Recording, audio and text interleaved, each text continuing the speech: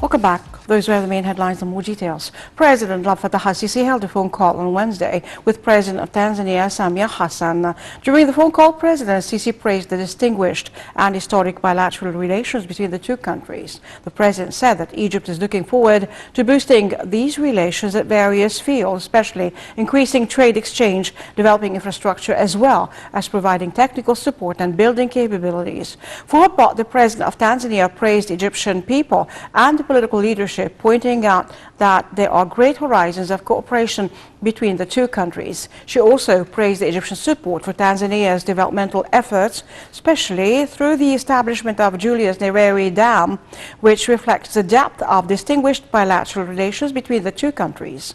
The phone call also tackled the Renaissance Dam file, where President al-Sisi stressed the importance to reach a legally binding and fair agreement for filling and operating the dam. The two leaders agreed to support the path of negotiations to achieve the interests of three countries.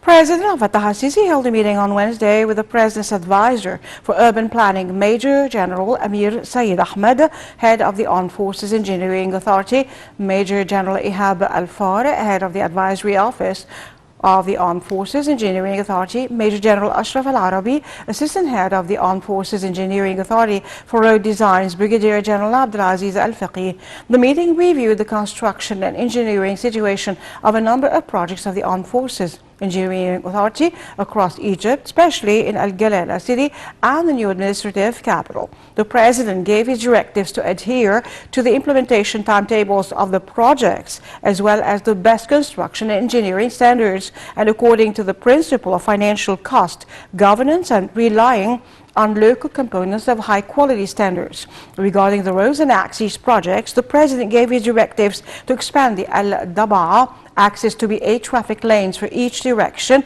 and provide it with all services to citizens.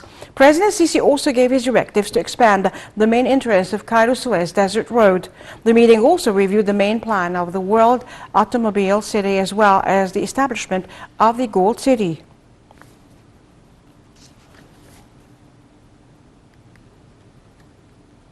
Foreign Minister Sameh Shoukry and Minister of Water Resources and Irrigation Dr. Muhammad Abdul Aati held talks with their Sudanese counterpart in Sudanese capital Khartoum. The talks tackled several issues of mutual concern, as well as the latest developments of the Renaissance Dam file. The two sides agreed on the dangerous repercussions of the unilateral filling of the dam. The ministers also stressed the importance of coordinating efforts between Egypt and Sudan at regional, continental and international levels to push forward negotiations with Ethiopia to reach a binding, fair and comprehensive legal agreement for filling and operating the dam.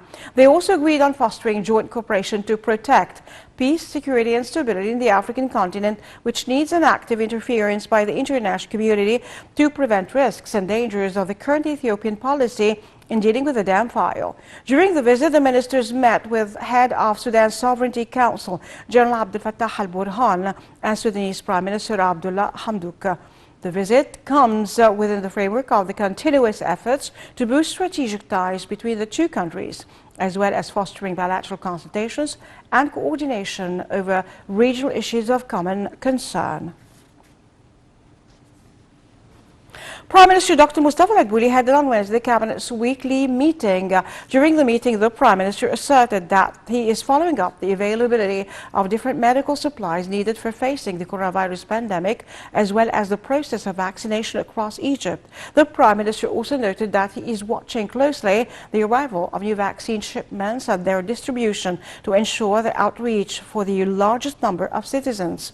Dr. Mustafa Madbouli also pointed out to the local production of the first Sinovac vaccine jab next week. The ministers also discussed several files, including the quality of services provided to citizens and the progress of a number of ongoing national projects across Egypt. They also reviewed a number of draft laws and ministerial decrees which aim at achieving development at all levels and preserving economic and social stability, as well as encouraging investments. The ministers also probed measures taken under the umbrella of social solidarity, including supporting low-income brackets and providing basic needs for all citizens.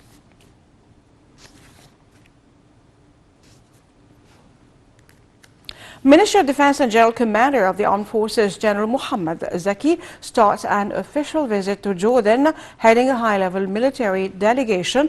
During the meeting, the Defense Minister attends a celebration marking the 100th anniversary of Jordanian Kingdom Foundation. The visit comes within the framework of the strong bilateral relations between the two countries and the expanded bilateral military cooperation between the armed forces of both countries.